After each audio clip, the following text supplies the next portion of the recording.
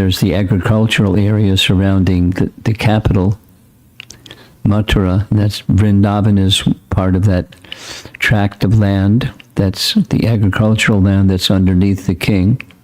So he's the king of everything. And Nanda is the king of the cowherds. So he went to Mathura to pay his taxes to King Kamsa, because they're agriculturalists, primarily taking care of cows and other agricultural products. He went to give some portion of the yield. That's the system of taxation at the time. And there were two other purposes, as we heard. He went to see his dear friend Vasudeva. As you probably know, Vasudeva, after the prophecy came that the 8th child of Devaki would kill Kamsa, and Vasudeva, by his expertise, managed to persuade Kamsa, don't kill your sister on her wedding day. That's not nice. Nobody will like you. Spare her, and then each of the children born of her, I'll give to you. You can do with them whatever you like. And he killed the first 6 sons of Devaki. Balaram was number 7. He was transferred before birth from the womb of Devaki to the womb of Rohini. But before all of that happened, Vasudeva had multiple wives.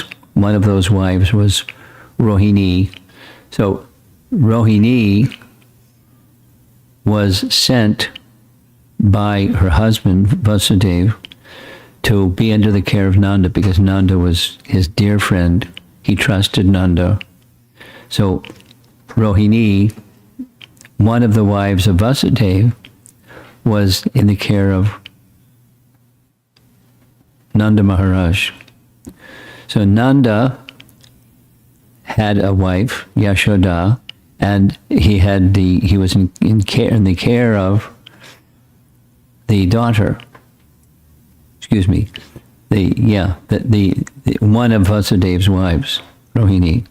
So Balaram was transferred from the womb of Devaki to the womb of Rohini. So these two, Rohini and Yashoda, are intimately connected, naturally so. They're not exactly wives of Nanda, but they're like that in family relation. They're like that. And he looked after them very, very lovingly. So he went to see Vasudeva.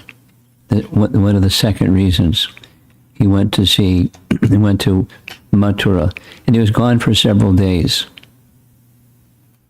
And while he was with Vasudeva, he met privately with Vasudeva, and one of the things Vasudeva told him is, watch your backside, as they say in street language these days. Kamsa is cruel.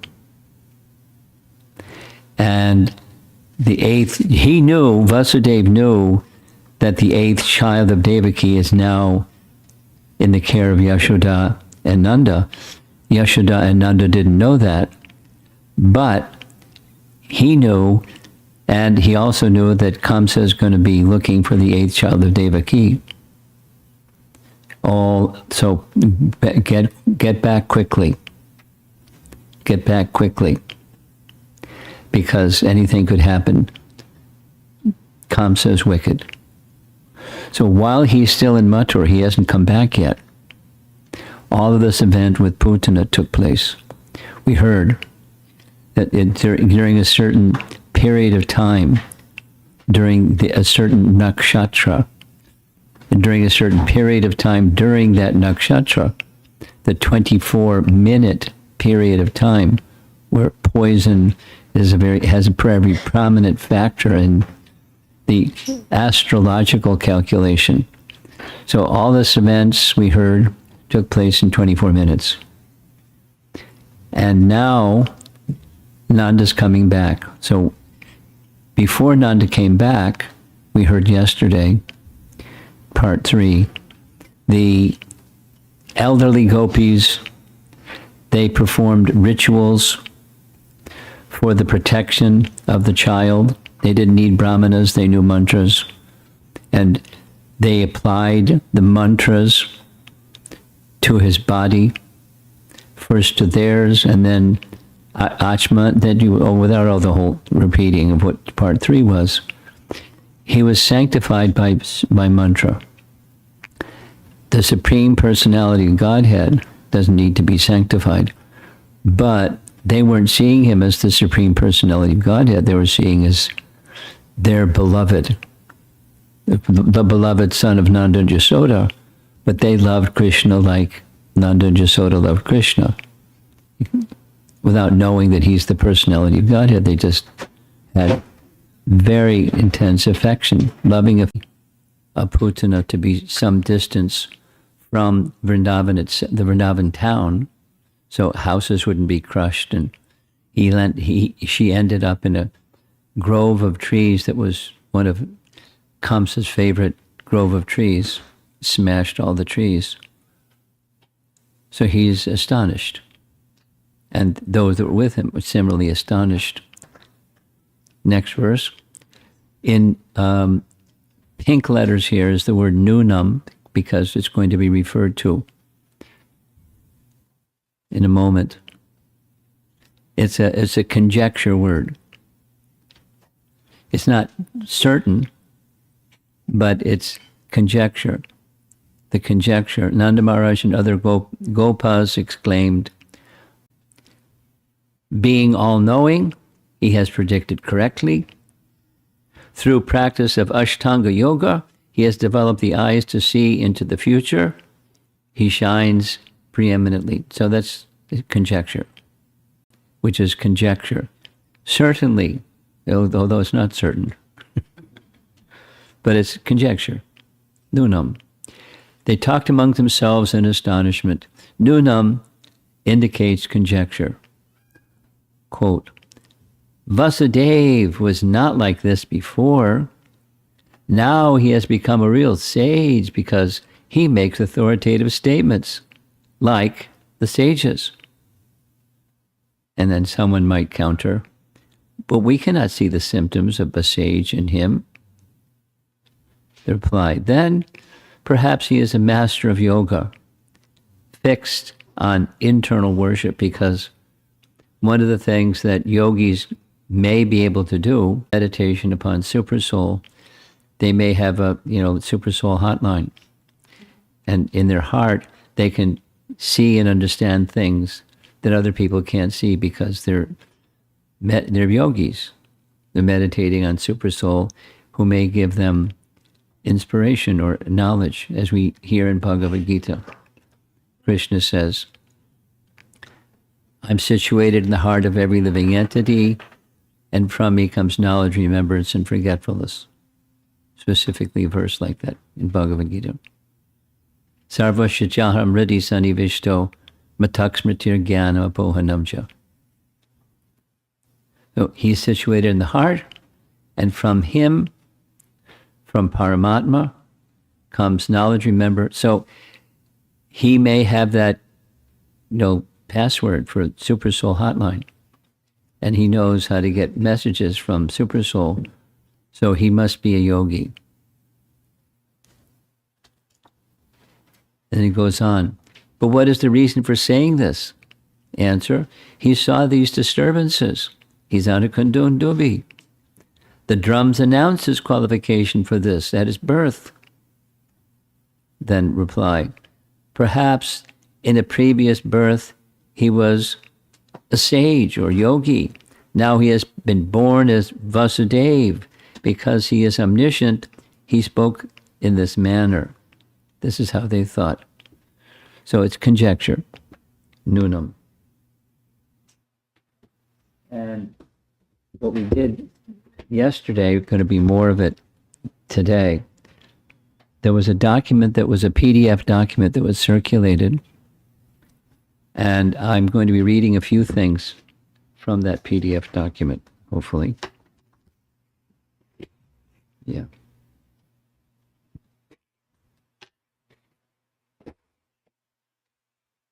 Starting with Prabhupada's purport to that verse.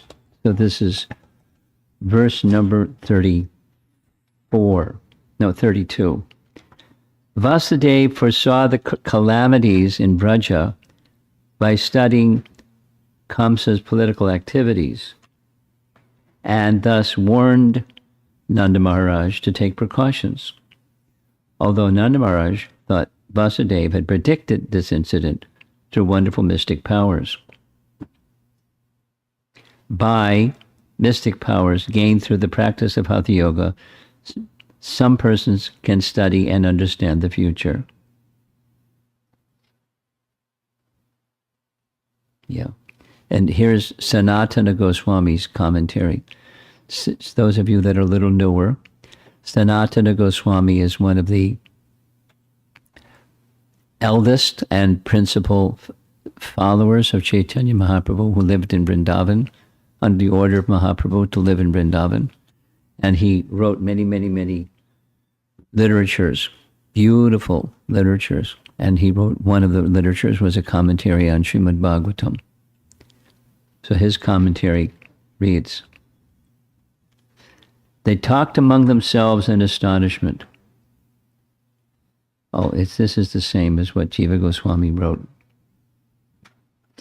Here's how it worked. Jiva Goswami was the younger of the 6 Goswamis. The youngest of the 6 Goswamis was Jiva Goswami. Jiva Goswami had 2 uncles, Sanatan and Rupa. Sanatan was the eldest. So Sanatan Goswami, recognizing that his nephew, his brother's son, was superlatively qualified, he asked Jiva Goswami, please take my manuscript, which is a commentary on Srimad Bhagavatam, verse by verse by verse. Take that, 10th canto, verse by verse, and edit it. And if you find something that needs correction, please bring it to my attention. That's how trusted he was. It's his nephew, but please do the editing. And so Jiva Goswami did 2 things. He edited it, and then he wrote a commentary on what Sanatana Goswami gave him.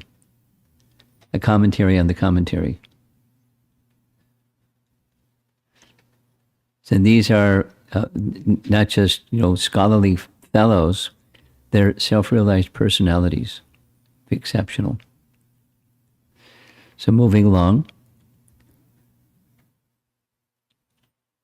Verse 33. The inhabitants of Vraja cut the gigantic body of Putana with the help of axes. So the body was 12 miles long, so they had a lot of work to do. Then they threw the pieces far away, covered them with wood, and burned them to ashes. So this is a portion of the painting. They're showing they're chopping her huge body with axes. And in this painting, which is where that one is taken from, over on the left, at a distance, the pieces of her body was placed upon wood. The wood was burned, and the purpose of this we'll hear in a moment. The purpose was to take away inauspiciousness, because, let's look at the painting. At the painting up in the upper right is what we heard yesterday, part 3. And we heard yesterday, part 3, is the switch or the tail of a cow was moved swiftly before the body of Krishna.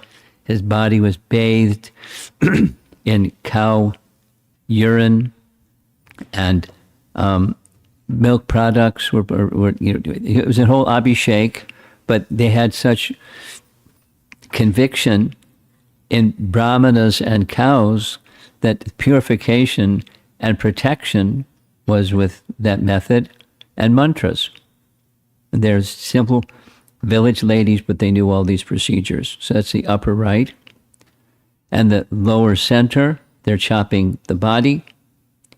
And then seated in the chariot or in the left, that's Nanda Maharaj watching the business. And over in the far left, they're burning the body. So here's Srila Prabhupada's purport. Merely killing a serpent is not sufficient. After it is killed, it must be cut to pieces and burned, and then the danger will be over. Putana resembled a great serpent, and therefore the cowherd men took the same precautions by burning her body to ashes. Meaning, the dead body can come back to life, or who knows what. The procedure of the time when a poisonous serpent, as cobra in this case, or whatever, dies, then you don't just leave it.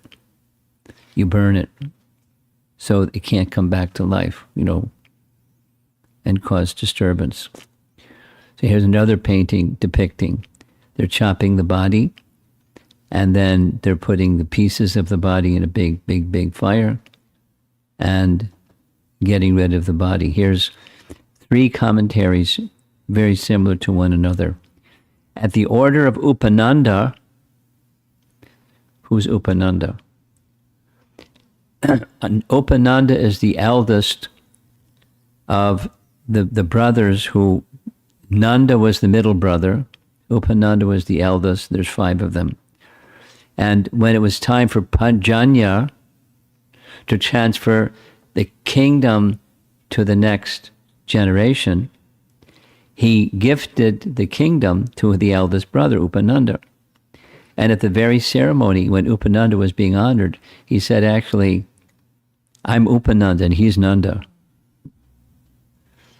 So he should be the king, and Nanda accepted the king of the cowherds title.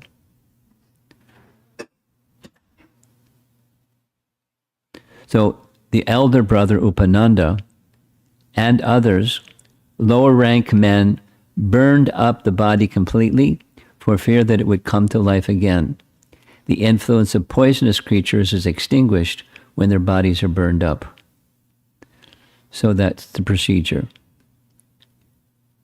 Now there's a little bit of commentary that I want to read. That's when you see that little image, that means I'm going to read something. But most of you should have received this as a PDF, so you can go back later and look at it if you so desire. All the residents of Braja cut the gigantic body of Putana into pieces and piled it up with wood for burning. When all the limbs of Putana's body were burning, the smoke emanating from the fire created a good aroma, like agura and sandalwood. This aroma was due to her being killed by Krishna, which means that the demon Putana was washed of all her sinful activities and attained a spiritual body. The material body was left behind, and it doesn't, the normal smell of burning flesh smelled different. Her body had become spiritualized. The rain falling through that fragrant smoke saturated the earth with a sweet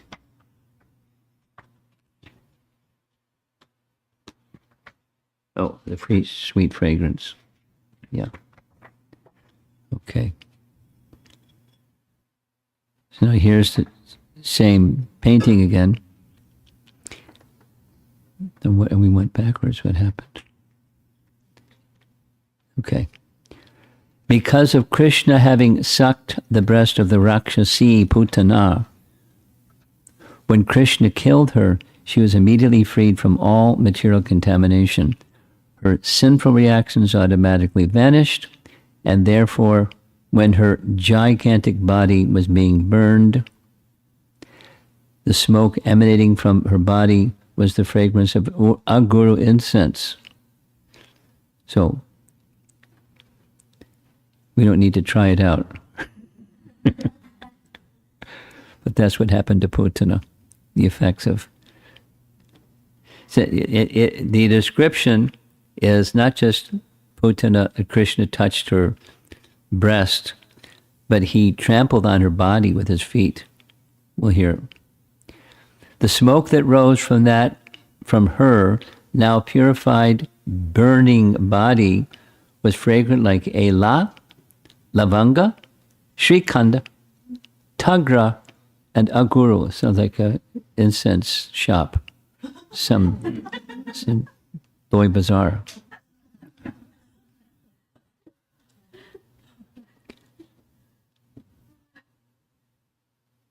Putana was always hankering for the blood of human children, and with that desire she came to kill Krishna, but because she offered her breast to the Lord, she attained the greatest achievement. What then is to be said of those who had natural devotion and affection for Krishna as mothers, and who offered their breasts to suck and offered something very dear as a mother offers something to a child? Now, it's not saying it explicitly, but the commentary is going to say it explicitly. There was a later pastime when Lord Brahma came where the cowherd boys were having lunch, and they were not yet with cows, but with calves, and he became curious. It was just after the killing of Aghasura in that section of 10th canto. Aghasura, the big serpent, snake demon. Asura.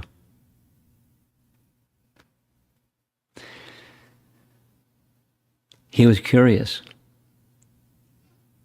Curiosity got him in trouble. He was curious. Wow. What's the limit? Is there a limit of the mystic power of this young boy? He got bewildered. Krishna's powers are unlimited. So what did he do? He waited till they were sitting after a killing of Aghasura. They sat underneath a tree to have lunch. And the calves were just grazing nearby. So what did he do? He came and kidnapped all the calves and put them in a cave, put a big rock in front of the cave. The boys were having lunch. They looked around. Where are the calves? We better go look for the calves because that's our occupation. We tend to the calves. So Krishna said, don't worry. I'll find the calves. You finish your lunch. So while Krishna went away to look for the calves, because it's a pastime, he knew where the calves were, Brahma came and kidnapped all the cowherd boys and put them in another cave, sealed the cave with a big rock. And he came back to the scene of the crime, like criminals will do, to see what's Krishna going to do now, huh? And much to his amazement, you know the pastime, many of you know the pastime. Much to his amazement, all the calves and all the cowherd boys were in the same place. So we went back to the cave and they were in the cave.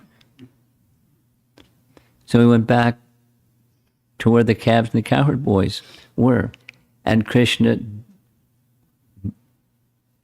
as they say these days, Krishna blew his mind. Krishna showed identical forms of the calves and cowherd boys, and simultaneously for each calf and each cowherd boy, a form of Narayan. That's a lot of Narayans for as many cowherd boys and calves. And each of the forms of Narayan were surrounded by various personalities representing the potencies of Narayan, offering cacophony of prayers, like really loud, a whole assembly of personified Veda prayers honoring all the Narayans that were present. And Brahma was overwhelmed. There is no limit to the potency of Krishna. So what happened next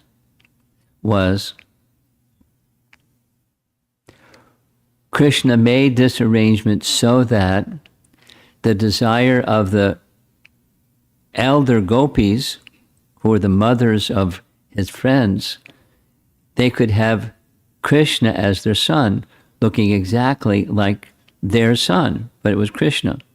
So they could then feed Krishna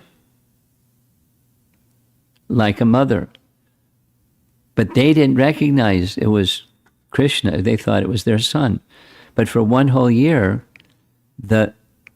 different than Putana, they fed Krishna with their breast milk. And so they were satisfied having Krishna as their son. The cows were satisfied having Krishna as their calf because he manifested exact likenesses of their calves. Now, what mother wouldn't know this is a duplicate son? But Krishna managed to, with his transcendental potency, have them think for one whole year. And then there's this whole long description that boys in the course of 1 year, they grow. So each of the forms of Krishna looking just like the cowherd boys, they grew. And they exhibited character traits and speech and everything just exactly like their sons. So the point is being made here, and it's made a few more times. These gopis, elder gopis, they were able to satisfy Krishna far greater than Putana. But Putana was able to satisfy Krishna so much, we're going to hear as we go along, she was granted by Krishna the position of an eternal associate of Mother Yasoda in the spiritual world. So then what to speak of the eternal associates of Krishna in Braja, the elder gopis? They didn't come with nefarious intentions. They came only with loving intentions. So how much greater? It's going to be, the point is going to be made several times. They're being honored.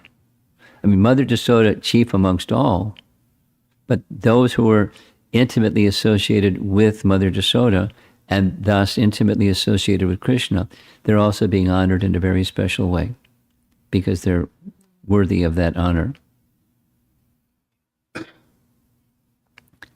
Vishwanath Chakravarti Thakur writes, if a person offers service with an attempt to kill and attains the goal of life, how much more will the person attain who offers with a neutral attitude, like a meditator? And how much more will the person attain who offers with faith? Showing some Hare Krishna guys chanting japa.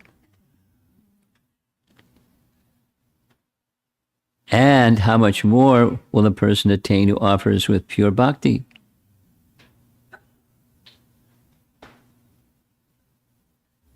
And if a person offers to an avatar of the Lord, he will attain the supreme destination. How much more will a person attain who worships the source of all avatars, Krishna? One more. If one offers a poisoned breast to Krishna and attains the supreme, how much more one will attain by offering a more poisonous object? If one offers a dear object, certainly one will attain a higher destination. But if one offers a dearer object, then how much more will he attain? And if one offers the dear most object, certainly he will attain the highest destination.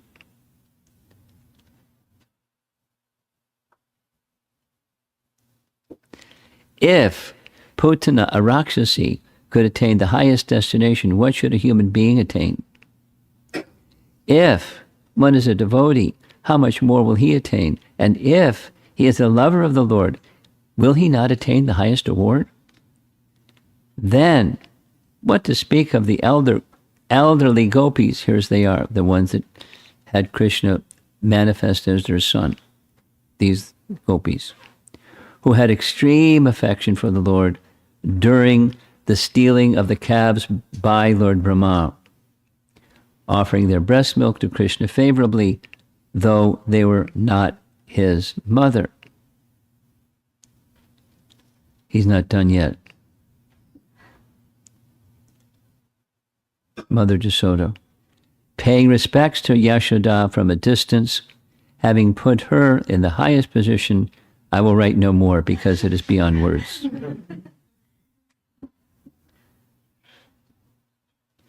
So now, on this topic, I have some notes.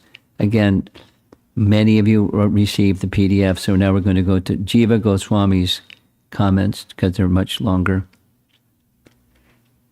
By species, Putana was a Rakshasi, but she was also a killer of children, and as well a drinker of blood. She offered her breast to Hari, who had the intention of taking away her faults. And he did.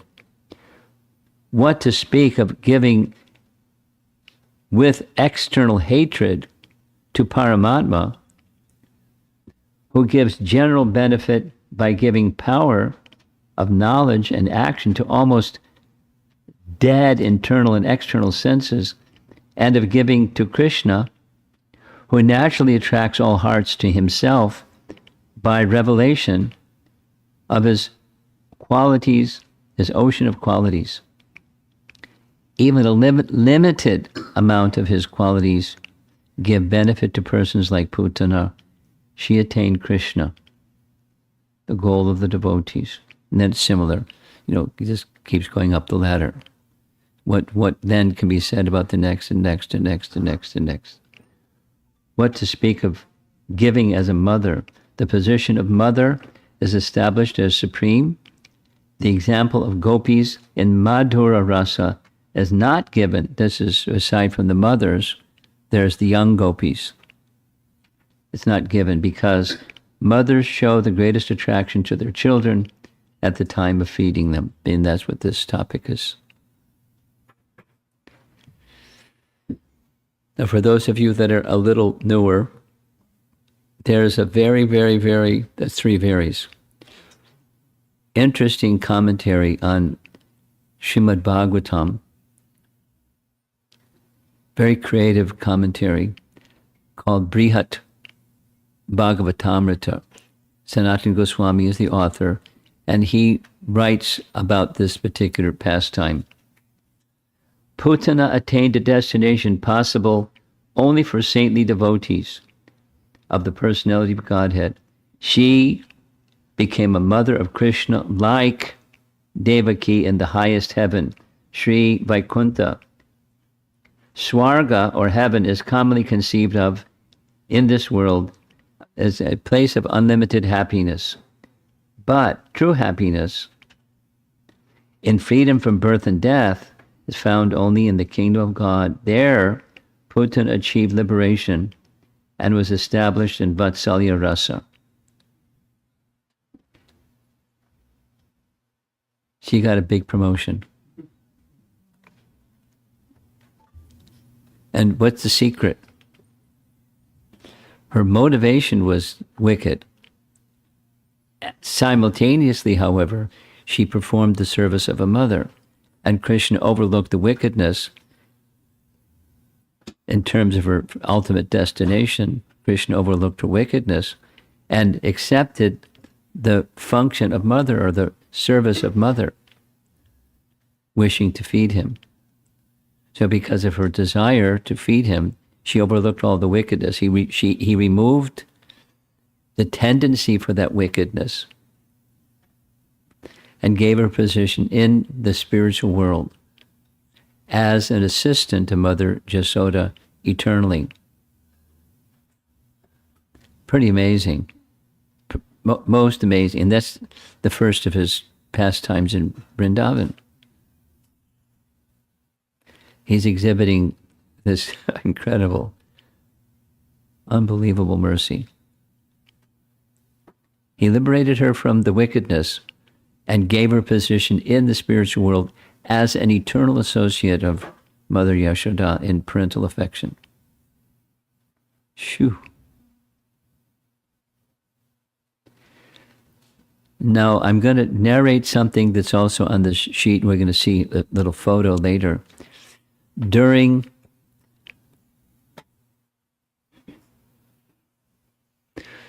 I'm going to go to Chaitanya Charitamrita. Some of you that are newer, you don't know what that is. Quickly, Krishna appeared in the previous yuga, towards the end of the previous yuga, the end of Dwapara Yuga. When Krishna left, Kali Yuga begins shortly thereafter. There's a little sandhi, a little juncture of time. Kali Yuga begins. Krishna's parting instruction in the end of Bhagavad Gita is surrender unto me.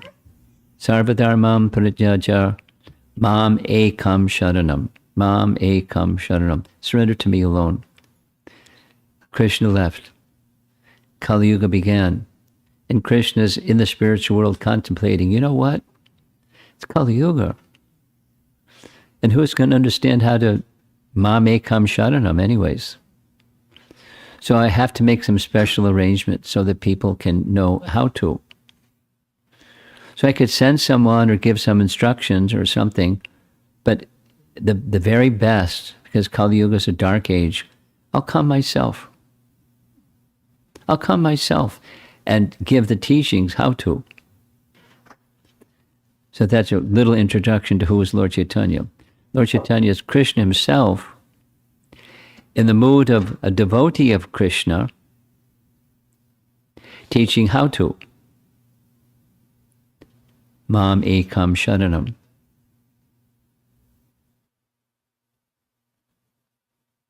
In Lord Chaitanya's pastimes, he had a very close friend, Gadadhar Pandit. Gadadhar Pandit, like Chaitanya Mahaprabhu, who was Nimai Pandit, they're brahmanas. Very elevated, not just, with a title.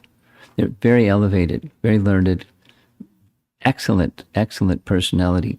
So Gadadhar Pandit was invited by another one of his friends who was a really good singer. And the real good singer had a plan. He wanted to take Gadadhar Pandit to meet a very eminent Vaishnav named Pundarik Vidyanidhi. But most of Lord Chaitanya's associates, at this time it's just Nimai Pandit,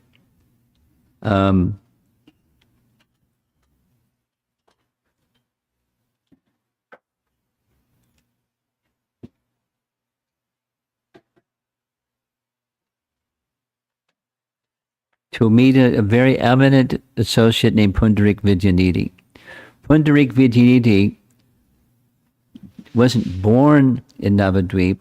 He moved to Navadvip because of his excellence in bhakti, and he wanted to be around Lord Chaitanya.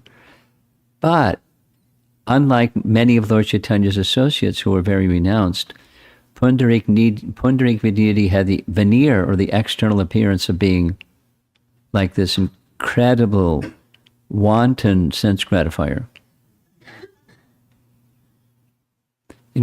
Description. When Gadadhar Pandit, who from childhood was very renounced, was brought in front of Pundarik Vidyanidhi, he went because of his friend. His friend said, here's a really elevated a person I'd like you to meet. Just look at him. Fancy clothing, lounging around, hookah pipe next to him, perfume, long hair, oil, and, oh man, let me out of here. Because his inclination was renunciation. So his friend knew his mind, and he didn't say, like, let's get out of here. He decided instead, I'm going to recite 2 verses, because his friend was a very good singer. And he recited 2 verses from the Bhagavatam, both of which glorify the mood of love that Krishna had for his devotees. So he recited the verse, he sang in a very melodious voice. He sang the verses in Sanskrit. And just hearing the verses glorifying Krishna, that's written in Chaitanya Charitamrita, he lost external consciousness. He fell to the ground. He started rolling around on the ground, flailing his arms, crying out loudly Krishna's names, just hearing 2 verses from the Bhagavatam. And Gadadhar went, but that's not who really is. And after some time, the singing had stopped. Pundarik Vijayanidhi came to regular consciousness, and he apologized. He said, I have epilepsy. And sometimes I go into convulsions like this. Please excuse me. It wasn't epilepsy. It was an external exhibition of extreme states of bhava, bodily transformation, tears, trembling, hair standing on end, rolling on the ground. He had lost contact with the external world just from hearing 2 verses from the Bhagavatam. And one of those verses is one of the verses that we just heard.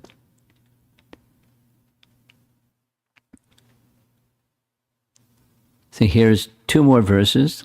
This is now we're back to Putana. The Supreme Personality of Godhead, Krishna, is always situated within the core of the heart of the pure devotee.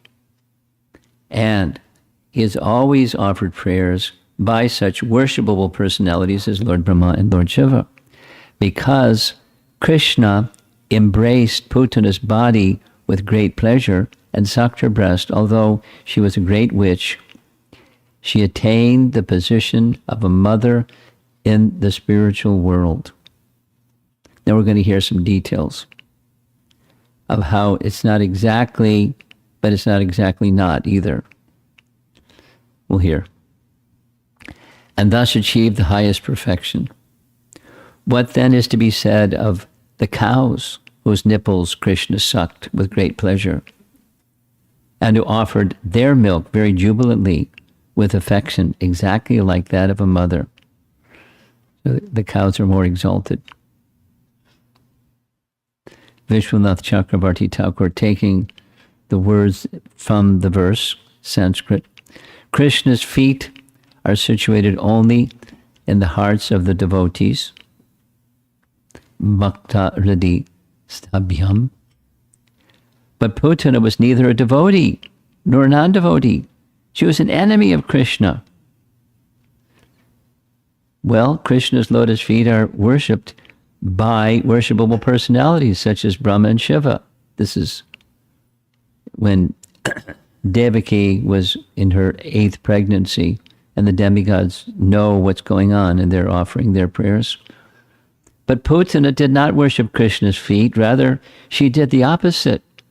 At the time of her death, Putana tried to dislodge Krishna's feet from her chest. Unable to do so, she began to beat them with all her strength. Here's prayers being offered to Krishna by personalities, exalted personalities. Completely, Krishna stepped on Putana's forcefully with his feet, not just touching her. Heavenly planets, Swargam. Where did Putana go at the time of her death? She attained Vaikuntha. This is explained in the Bhagavatam, 11th canto, chapter 7. Lord Brahma, Lord Shiva, and all other planetary rulers are praying to live in Vaikuntha. Lord Brahma says, this is in his prayers after the stealing of the calves and cowherd boys, Putana attained you along with her family members. According to these two verses, the word Swarga must mean Sva Vasam, your personal abode, or Vaikuntha. The word does not refer to the material heavenly planet called Swarga. So this is Krishna and Balaram playing with Vasudeva, Nanda and Jasoda in their childhood pastimes. And these little boys look like toys. But that's the artist. What can I say? Janani Gatim, the destiny of a mother. Which Vaikuntha planet did Putana attain? This verse explains that Putana attained the same planet as Mother Yashoda. Janani Gatim. Therefore, Putana attained Goloka. But her position was predominated by happiness and reverence. We saw this painting before.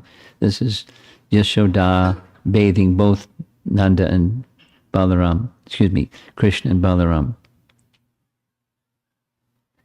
This is a detail, but it's an important detail. She did not attain the place predominated by service and prema.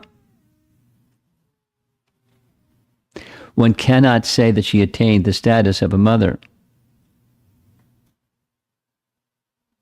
Jiva Goswami. In the subsequent verse states that that place is reserved for those who are anuragi, with pure loving attachment for Krishna. Here, verse 38 says that the cows and motherly gopis who fed milk to Krishna during the Brahma Vimohan Lila attained a higher destination than Putana. It's a subtle point, but I'll say it again slowly. She attained a position like a mother. They attained the position of mother. And of course, there's the eternal Yashoda. And then there's those that assist Yashoda. And then there's those that assist Yashoda. And that's the position. So she was assisting, in the entourage of assistance in the spiritual world, in Goloka, but not the same. Here's that verse, that one of the two verses that Mukunda was the singer. He sang this verse for Pundrik Vidyanidhi, Aho Bhakiyam Stana Kala Kutam. It's a celebrated verse. Aho Bhaki.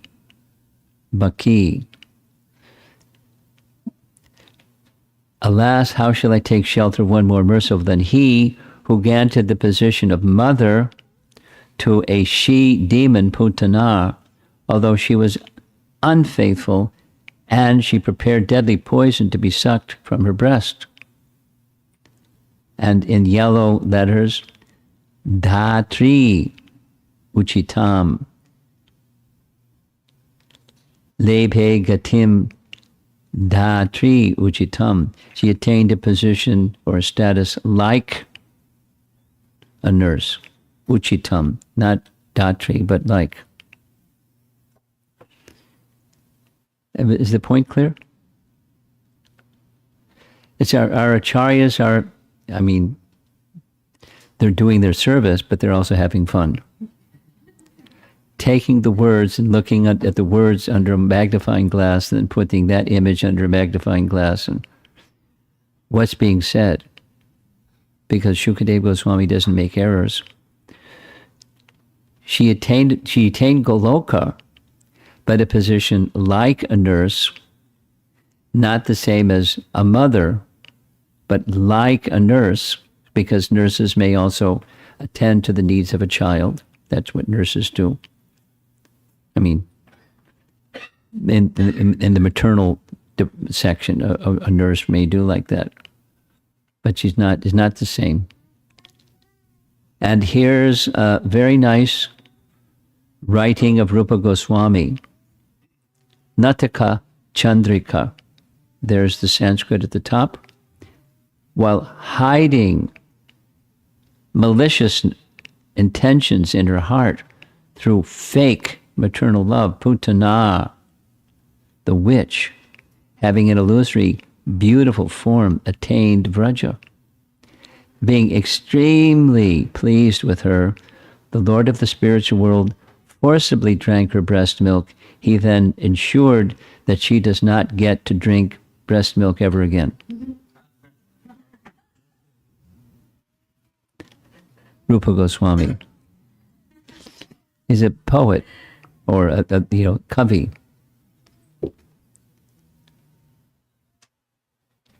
There's a conclusion to this for Putana.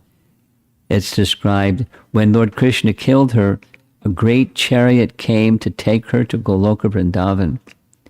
The chariot had 100 wheels and was totally jewel encrusted with 10,000 chamras and 10,000 mirrors.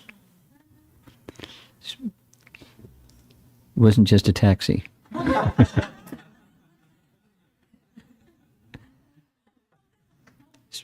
Welcome to the spiritual world. So she's being honored in a very special way, although evil intention. So this is something to be understood from all of this, is how Krishna may he'll choose to do what he wants to do, but he may overlook shortcomings. Fortunately for us, we have shortcomings, and it's the service that we do. Even intention may be not the way it should be, but Krishna overlooks that, at least in the case of Putana. So now here we're ready for some more topics to be read. Here's what's written in the BBT purport.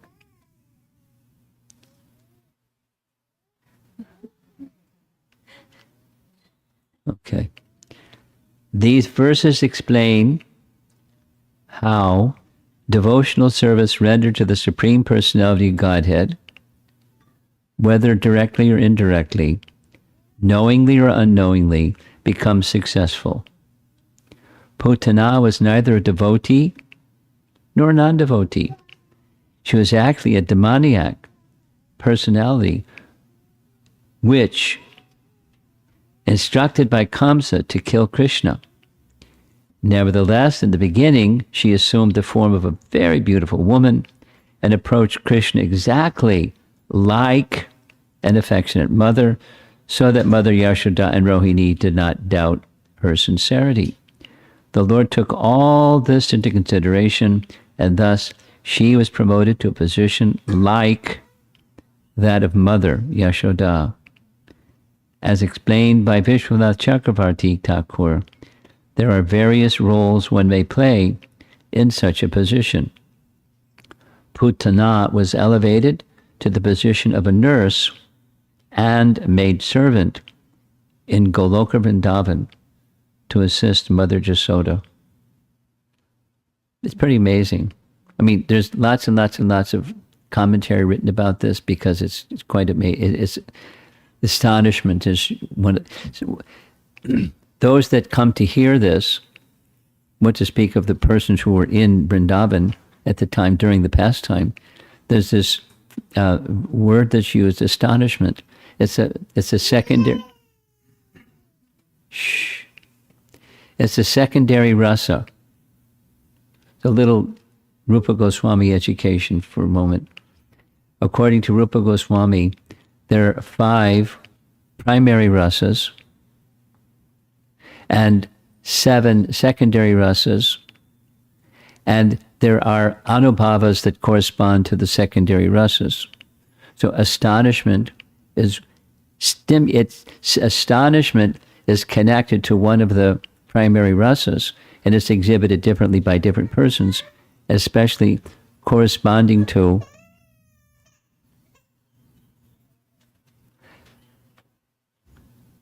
waiting for the next scream. Didn't happen.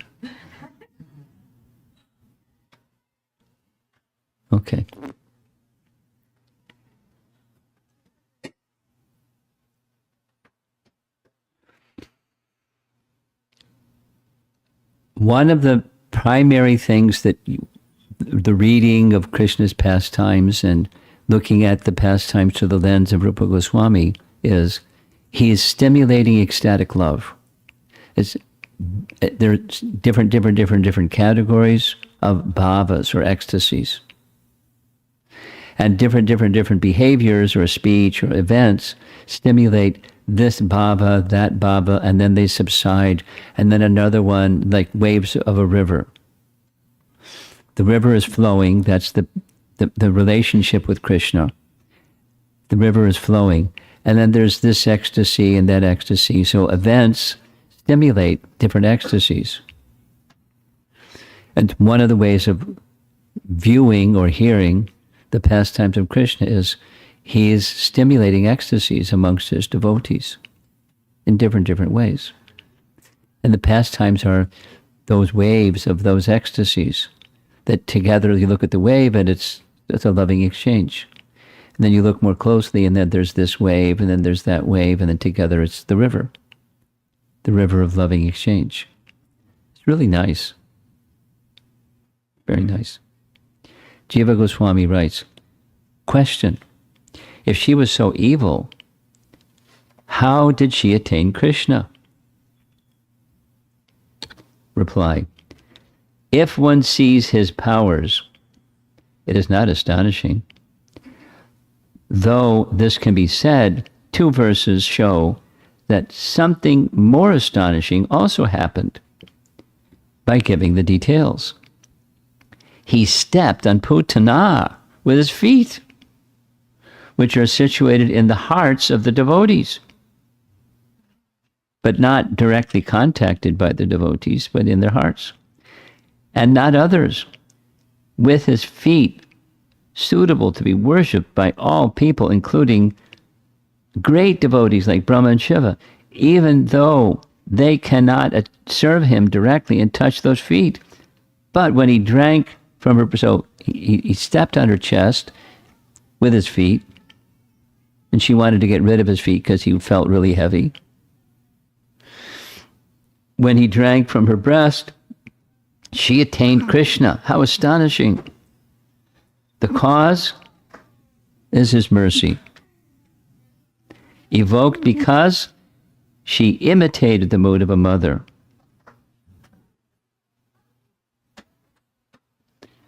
So we're almost done.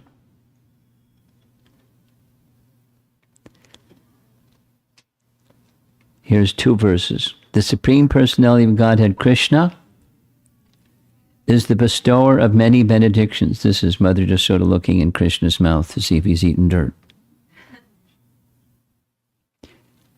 Including Kaivalya, liberation, oneness with Brahman effulgence. For that personality of Godhead, the gopis always felt maternal love, and Krishna sucked their breasts with full satisfaction. Therefore, because of their relationship as mother and son, although the gopis were engaged in various family activities, we should never think they returned to this material world after leaving their bodies. Now, there's another reading section, and I'm going to skip it because of time. But you have the document, so you can look at it yourself. Upon smelling the fragrance of the smoke emanating from Putana's burning body, many inhabitants of Brajabhumi in distant places were astonished. Where is this fragrance coming from? They asked. And they all went to the spot where Putana's body was burnt. After settling the philosophical issues, Sukadev returns to the topic at hand. Kata means burning of dead body. Kuta kim idam, where does the smell come from? Is this a guru incense coming from Indrapuri down through earth and trying to enter Sutala? Or is it ascending from Bali's abode and Sutala through the earth up to Swarga? Or is it coming from Kuvera's city in the north or from Varuna's city in the west? In this way, the cowherd men entertained many questions. Jiva Goswami. Kata means a crematorium. Inhabitants who had gone elsewhere before these events spoke in this way. Now there's 44 verses in the chapter. We're at 42, so we're almost done.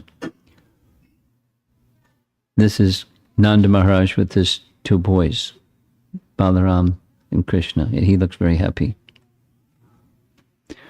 When the inhabitants of Braja, who had come from distant places, heard the whole story of how Putana had come and then been killed by Krishna, they were certainly astonished, and they offered their blessings to the child for his wonderful deed of killing Putana. Nanda Maharaj, of course, was very much obliged to Vasudeva, who had foreseen the incident, and simply thanked him, thinking how wonderful Vasudeva was. They're dear friends, and he warned him, and sure enough, the returning cowherd men were very astonished. Vasudeva has spoken correctly. In discussing amongst themselves, they said, who else but Narayana could protect the baby? And Jiva Goswami. When Nanda and others returning heard in Vraja the details of the protectors of Gokula about Putana's coming, her death, as well as giving her breast and cries of pain, and as well the blessings given to the child, they were amazed.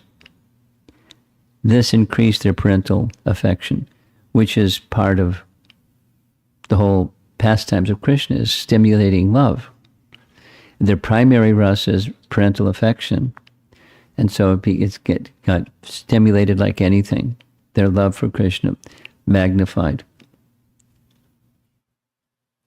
Oh, Maharaj Parikshit, best of the Kurus, Nanda Maharaj was very liberal and simple.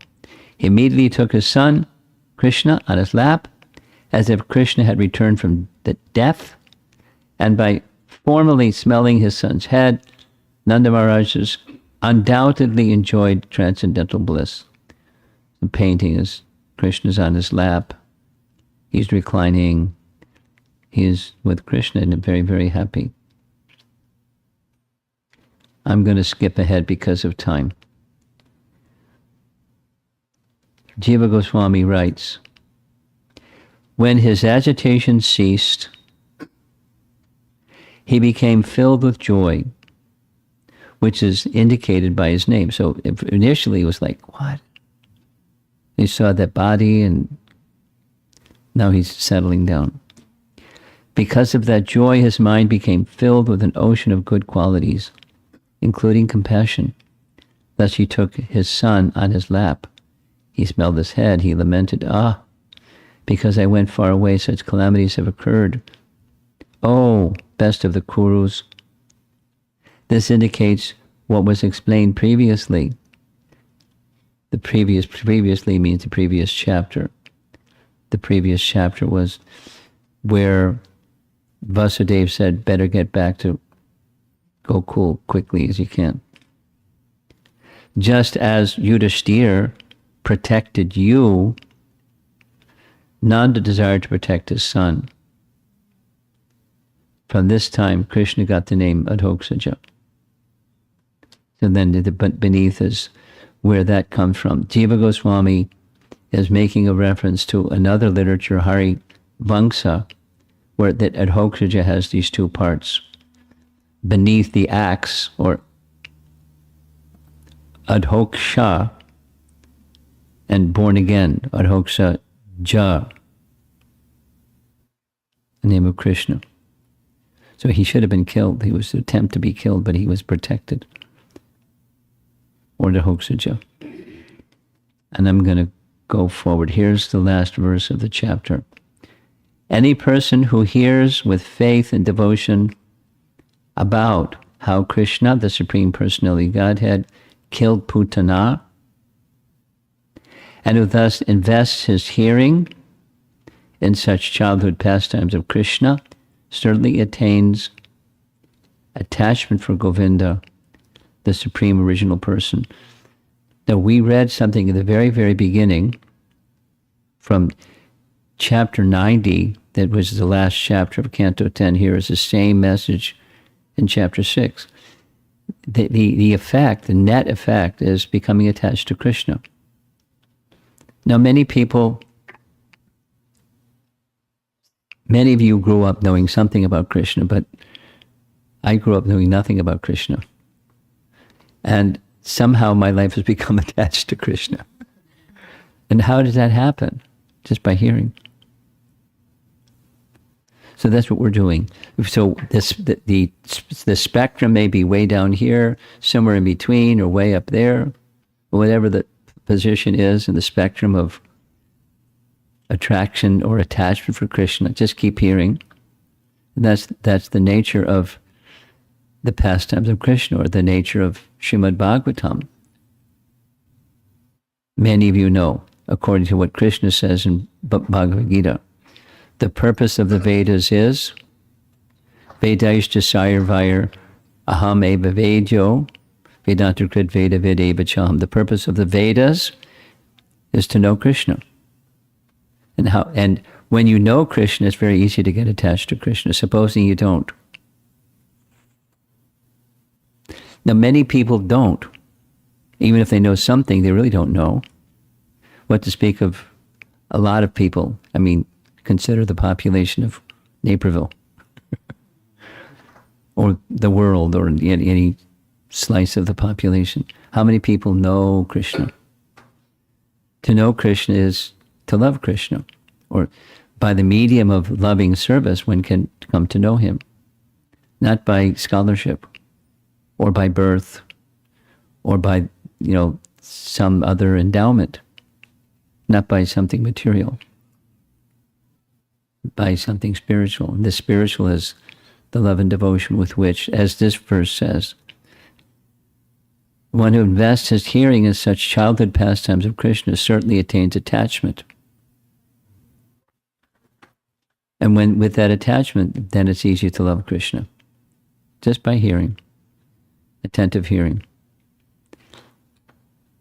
Here's Prabhupada's comment on this verse. The incident in which the great witch attempted to kill the child, but was killed herself, is certainly wonderful. Therefore, this verse uses the word adbhutam, meaning specifically wonderful. Krishna has left us many wonderful narrations about him. Simply by reading these narrations, as they are described in Krishna, the Supreme Personality of Godhead, that's the title of one of his books. It's a summary of the 10th canto. One gains salvation from this material world and gradually develops attachment to and devotion for Govinda, Adipurusha.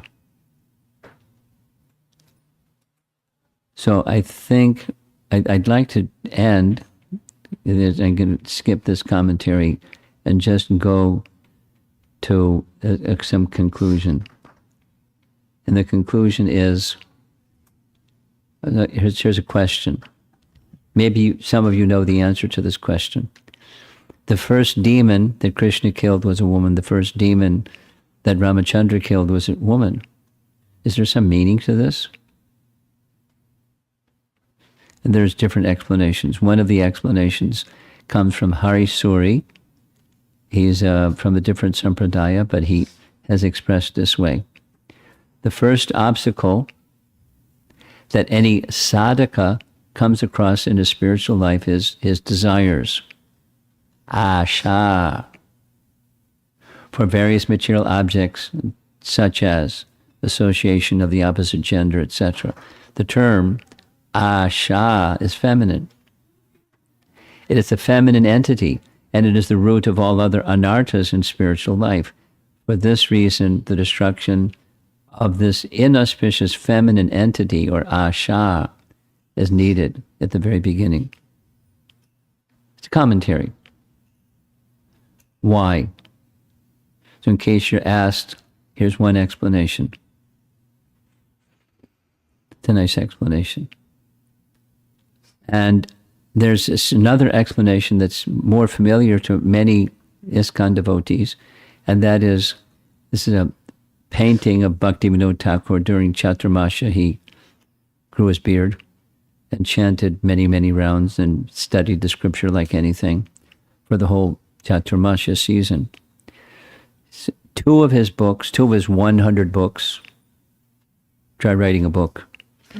Two of his 100 books have this title, and there's a section in both of the books where he's describing Krishna's childhood pastimes and the obstacles of the demons that Krishna encountered in Vrindavan and how he removed obstacles. So specifically for a sadhaka, there's this, Putana is the first one, encountering a pseudo guru, or he uses this word, pretentious hypocrite. That's not a real guru. So that's an obstacle. And sometimes people don't get past that obstacle, but someone who's sincere, Krishna will help them. And then he concludes, this is our last slide. There's an internal, that's the external pseudo guru. Then the internal is the mind, where material logic and reason to understand the absolute truth takes over. Because many people aren't interested anyways. But some people that are interested, they turn to their mind and become tricked by their mind. So that's it. And thank you for being patient enough to listen to all of this. But again, the purpose of this exercise, because for those of you that are just here for this afternoon, we've been at this for like 6 hours. And there's a reason, or an intention, a purpose. It's two things. Clearing away misconceptions and material affinities. Here, this, asha, part, material desire, addressing them. And waking our normal attraction for Krishna. There's a teaching given by Chaitanya Mahaprabhu that love for Krishna is within the heart of every living entity. Now, there are lots of living entities that are covered, and that love for Krishna remains covered. But there's a way to awaken that covered love, and that's by hearing about him. And the more one regularly hears about him, then the coverings can be removed, and the love for Krishna that's in stages, love for that eternal object can grow. Will grow just by careful hearing. So that's what we've been doing. And I was requested to make some comment about the Srimad Bhagavatam set. Now, I'm a disciple. Once upon a time, I was a college kid. And I met at the university that I was attending, Prabhupada came to visit, along with Allen Ginsberg, and it was the whole thing. And from that point, that short 5-10 minutes of just hearing Prabhupada chanting Hare Krishna from a stage, and the brief talk that he presented, just that lava matra sadhu sangha sarva siddhi hoy, that brief interval made a dramatic impact in my life. And he dedicated so much of his time to providing to the world the commentaries, extensive commentaries, look at all the work he did, to give the world this topics of Krishna in Srimad Bhagavatam, plus many other things. But the Srimad Bhagavatam is the ripened fruit of the tree of Vedic wisdom, and encourage those of you that have it to read it, and those of you who don't have it, take Srimad Bhagavatam, even if it's just stays on your shelf. It's auspicious. What to speak of in different reading groups, you start to dabble and read a little bit, or regularly read, It brings auspiciousness into your family, into your life, into your whole spiritual direction in your life. Very, very, very special. So let's see if there's some discussion on the topics we've been covering or anything else you'd like to talk about. And thank you for your patience. I'm a little long-winded. Krishna, Krishna.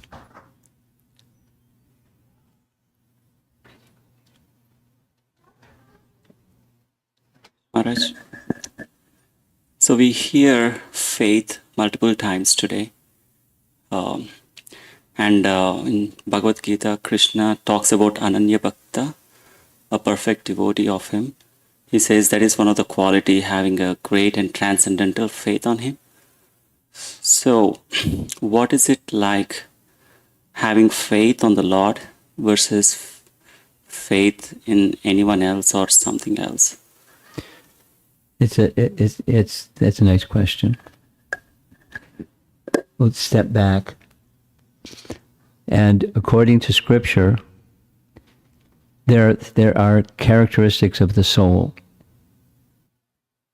One of those characteristics intrinsic to the soul is there's faith. But faith is immature or misguided, and the whole idea of spiritual life is to redirect that tendency. Instead of, let's say, for example, faith in fruit of activity. Many people have faith in, I do something to get something and that's going to make me happy. The something that I get is going to make me happy, so I dedicate myself with faith to fruit of activity. And then there's different varieties, unlimited varieties of fruit of activity that people do to find happiness, but they do it because they have faith in it. It's going to bring happiness, and I want happiness. So I have faith in fruit of activity. Or there's other categories. One may have faith in something else. Faith in speculative prowess. I'm a good thinker, and I can sort my way through any situation. Give me time, and I'll figure it out. I can get happiness that way. So we have faith in something. And the idea of the Vedas is to take that faith tendency and direct it towards transcendence, or towards that which is the source of everything, towards the Supreme. So bhakti is a science, it's a method, but has a very clear science to it of how that faith that's intrinsic to the soul can be raised to the platform of pure love.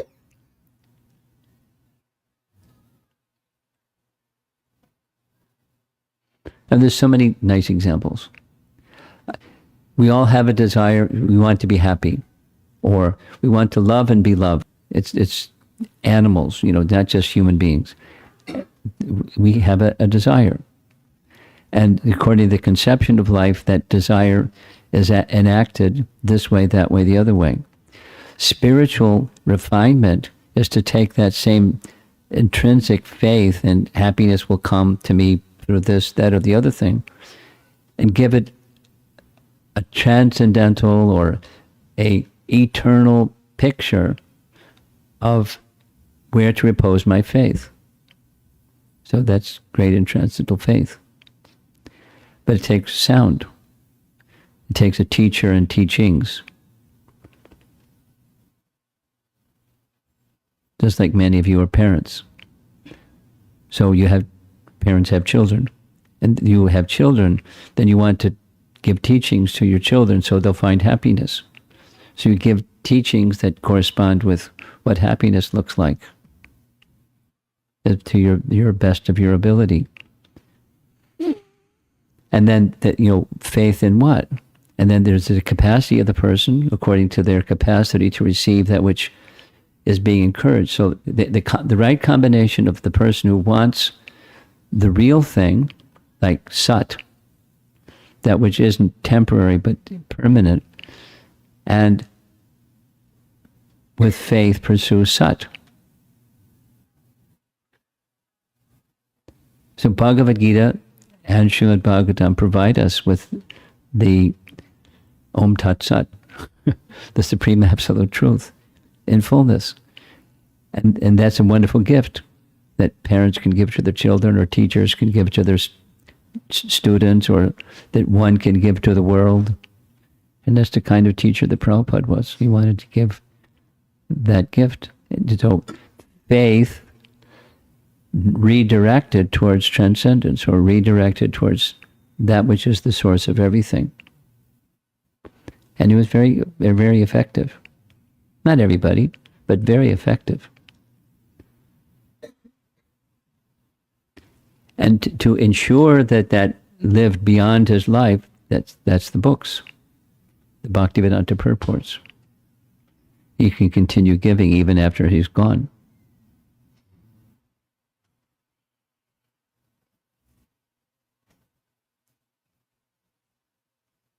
So elevating that which is intrinsic to the soul to the standard of perfection, of faith.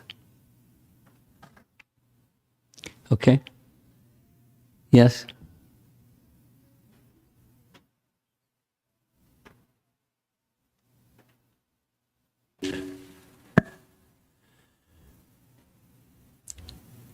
The overpowering impression is how kind Krishna is.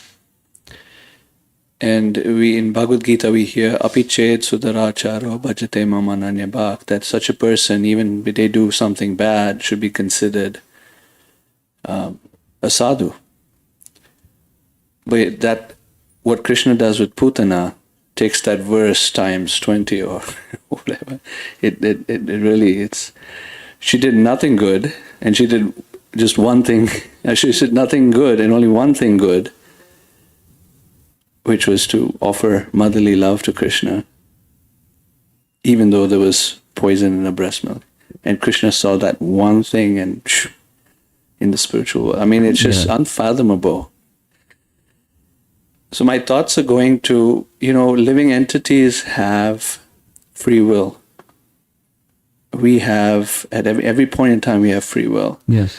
And I was considering in the Bhagavatam, the story of Daksha comes, and how Daksha's tendency, even though he was, he was corrected by Shiva, he offered apologies, deep apologies, offered beautiful prayers, and served Lord Shiva that way, but the tendency didn't go. And so the next life he came back as Daksha Part 2 and played out again in his episode with Narada.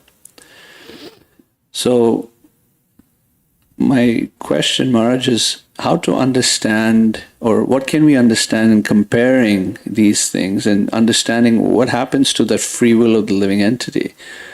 In Putana's case, was she just like, oh, I really was silly and stupid and now I'm completely dedicated to Krishna? I mean, like 0 to 100? And in Daksha's case, there was a little bit of movement forward, but then he retracted back. Well, thank you. It has everything to do with the power, or the potency, or the potential of Krishna to deliver.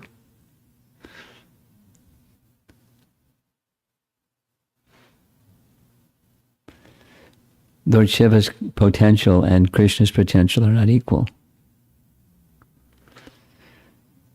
Even other forms of the Lord compared to Krishna, they're not equal. So the nature of Krishna is unparalleled. And the reason is he's the original cause of all causes, sarva karana karanam. From him everything comes.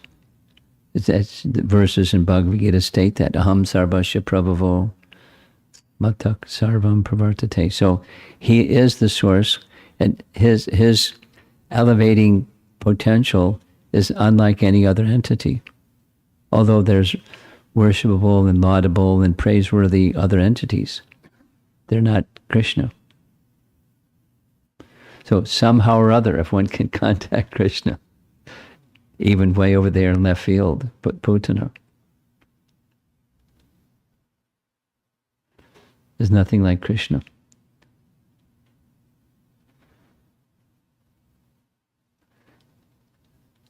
And I'm thinking, in response to your question and my response to your question, what did we do to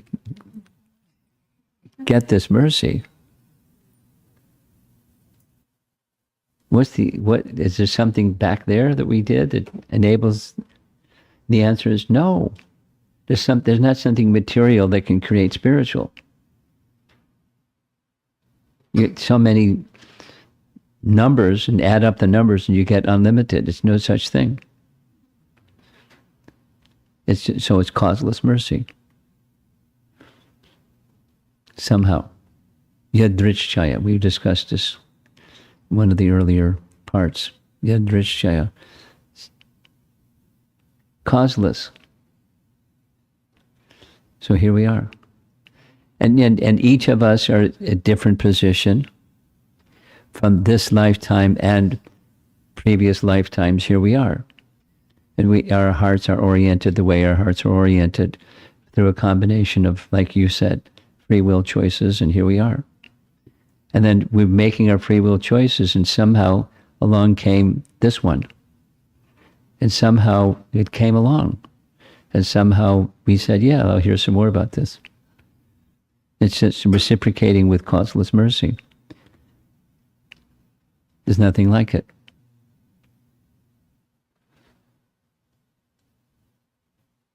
And there's no cause, no material cause, other than the merciful nature of Krishna and those merciful devotees of Krishna that want to help, be an instrument of Krishna.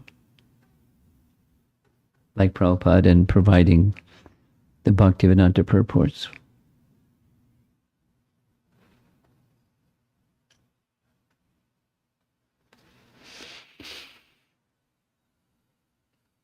Anything else? Yes. Maharaj, so the response, the understanding of causeless mercy, we can understand that and appreciate that this is causeless mercy to some degree. But then Vishwanath Chakravarti Thakur was writing that slide where he says that what if someone is approaching the Lord like Putana, then what to speak of someone who approaches the Lord favorably, and what to speak of a person, yes. So that seems like he's speaking of a logical progression. So using that logic that he's saying, does that mean that those thousands, millions of devotees who are approaching Krishna favorably right now in the planet contemporarily around us, are they going to attain a stage greater than Putana? No, not necessarily. They may or may not. Not necessarily. That is to say, someone may be given an inheritance.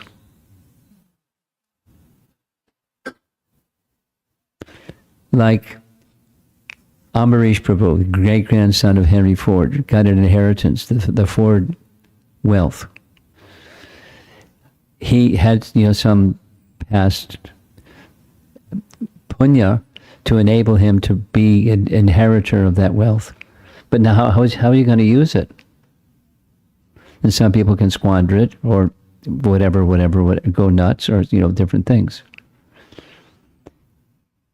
His choice, not everyone that has an inheritance, but using it, very diligently in service to Krishna, service to Prabhupada and pure devotion, pure devotees, Krishna's glorification. So then it's multiplied millions and millions of times. So free will choices go along with receiving mercy. Mercy can come and then one can misuse it. There's an ongoing responsibility, whatever.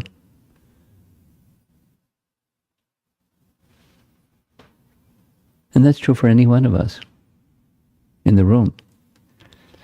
Some mercy has come our way in one form or another form. Some good fortune, some ill fortune has come our way.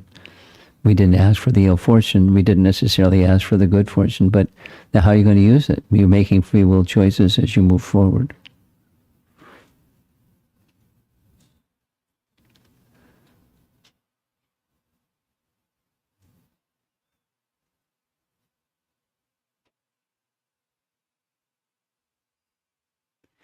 We can't go to the bank and tell the bank teller, I'm going to be Putana for a while. You know what I'm expecting, right? So we can't count on that.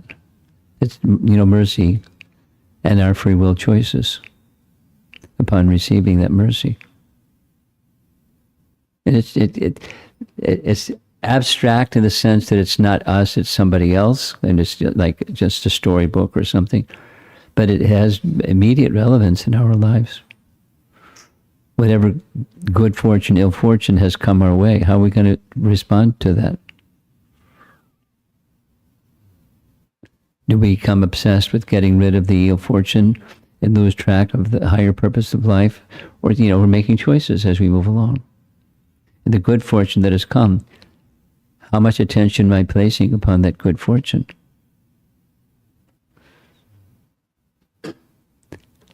And to care for it nicely, use it, whatever little I may have, use it wisely, use it nicely, and give the opportunity to others according to capacity.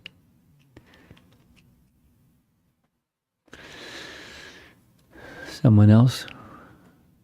Yeah. Hare Krishna Maharaj. So I want to know how to chant nicely, because How to do what? Yeah, how to chant nicely, because How whenever to we do what lightly? while chanting, we like basically, though we are chanting, our mind goes like, our mind will be thinking different in direction. Really? Yeah. So how to chant like nicely with more effectiveness, like. Okay. I invite you to listen to the recordings of the Festival of the Holy Name. We spent 3.5 days answering that question. Not just me, but, multiple speakers. So listen, and you'll find lots and lots and lots of tools. It's a big wheelbarrow with lots of tools in the wheelbarrow to help you do your gardening of the heart nicely. But one of the outstanding points, for me at least, is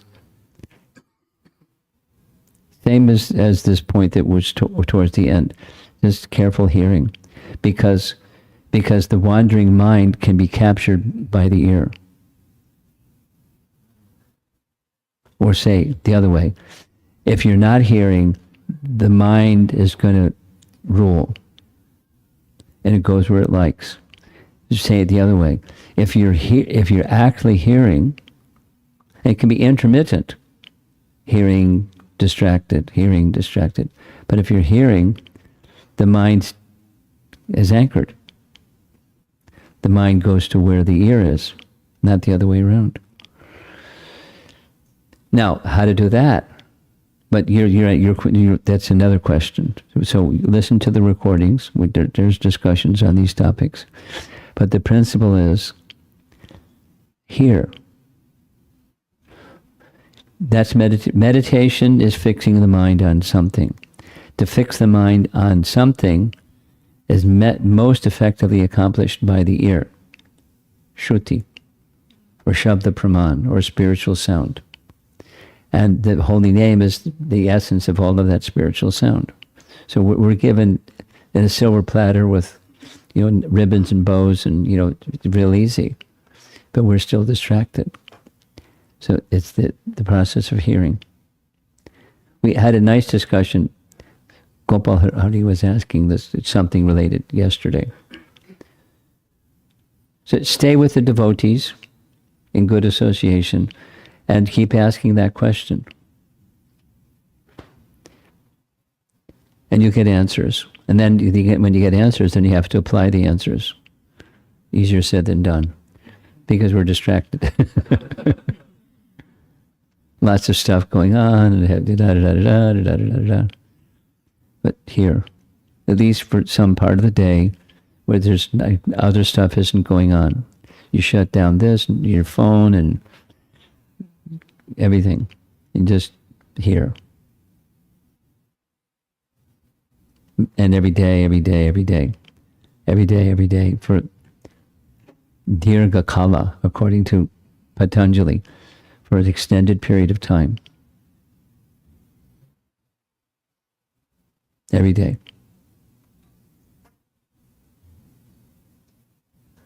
You want to say something else? Okay. Aruta.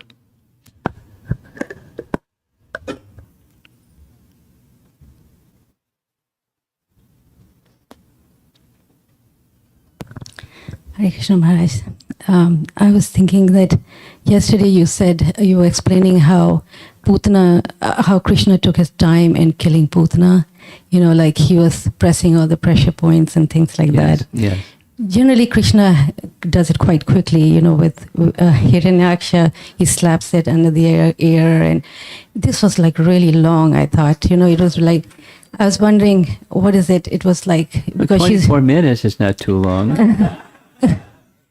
I mean, it seemed like a little bit too cruel to me. And so I was wondering, is it because she's representing the false guru and it's such a heavy thing? No. Or He was being playful. Why not? okay, right. One other thing, Maharaj, I was thinking, did Putana get Vraja Prem, Ragatmika Bhakti, or was it? No. No, it wasn't that then. Well, her position, that's a nice question. I'm saying no, but it's not, according to, for those that are a little newer in the audience here, she's asking a very specific question that comes from the teachings of Rupa Goswami of how to attain the prema quality that's found in Vrindavan. So he entered Vrindavan, but there's a sadhana or practice to attain that kind of love.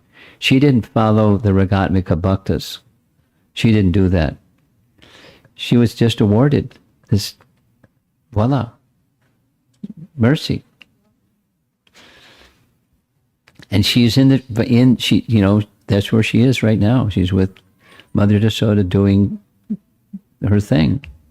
So it's to some degree spontaneous, but not by sadhana, but by bestowal of mercy. That's my understanding.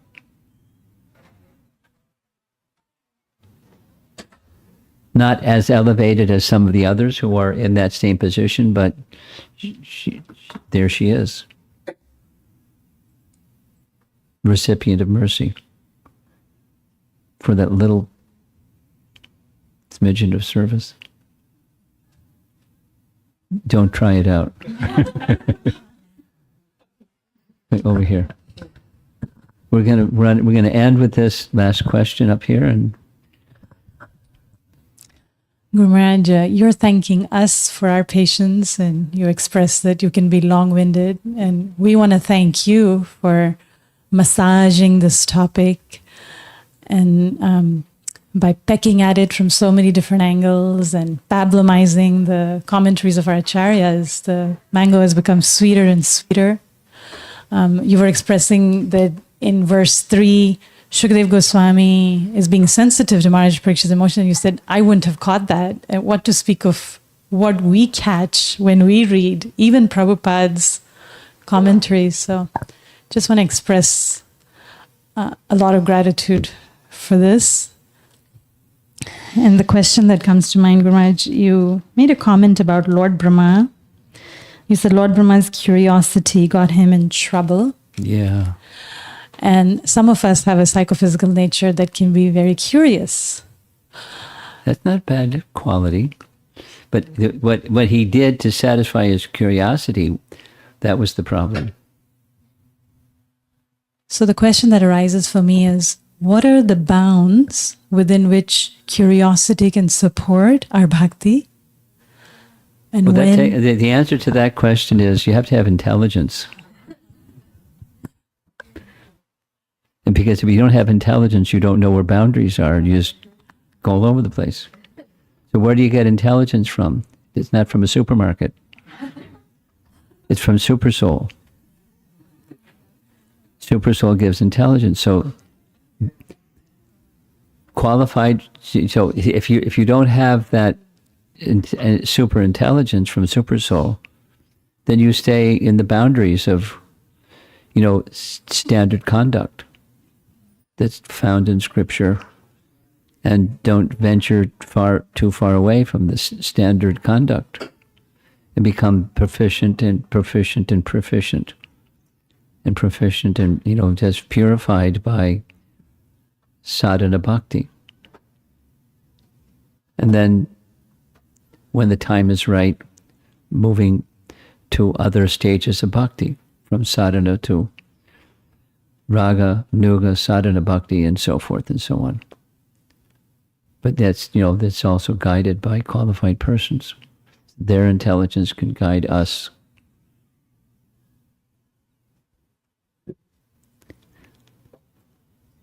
I'm a little concerned about a topic like this that may be not so relevant to some of the persons here. Okay. So those of you, I was asked to say something about Bhagavatam. It's really easy for me to do that because, it's the book is on the shelf, and the book is in my heart. So it's easy to say something about Srimad Bhagavatam. And those of you that, say it again, those of you that have Srimad Bhagavatam, please read. And, there's reading groups, and there's all kinds of systems for going more deeply. Otherwise, it's foreboding and it just sits on your shelf. But at least let it sit on your shelf.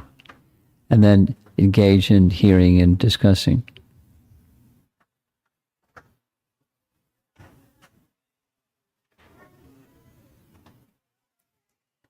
And then there's formal systems of Bhakti Vaibhav study Srimad Bhagavatam consecutively from beginning to end. For those of you who want to do that eventually, then there's facilities all over the world. Just today, somebody from India, from Madhya Pradesh, wrote to me saying, I've asked to enroll in the Srimad Bhagavatam systematic study program in Mayapur. May I have your permission? And I said, yes, of course. She said, can you give me a letter of recommendation? Because the teachers require someone that wants to enroll, they got to get a letter of recommendation. So I said, you make a draft. And I'll edit the draft and send you the letter of recommendation. So, this is somebody that's been practicing for some time. It's not that they're unfamiliar, but they want systematic study of this wonderful literature. There are teachers right in America that are teaching. They don't have that. You got to have a letter from somebody recommending you to take the course. But there's levels of involvement in hearing. So begin somewhere, and then stay somewhere, and move a little bit, and keep heading on the path to Krishna. Attachment to Krishna. Okay, thank you all very much for coming and patiently participating. And the kids are probably already had their lunch. Srila Prabhupada Ki Jai.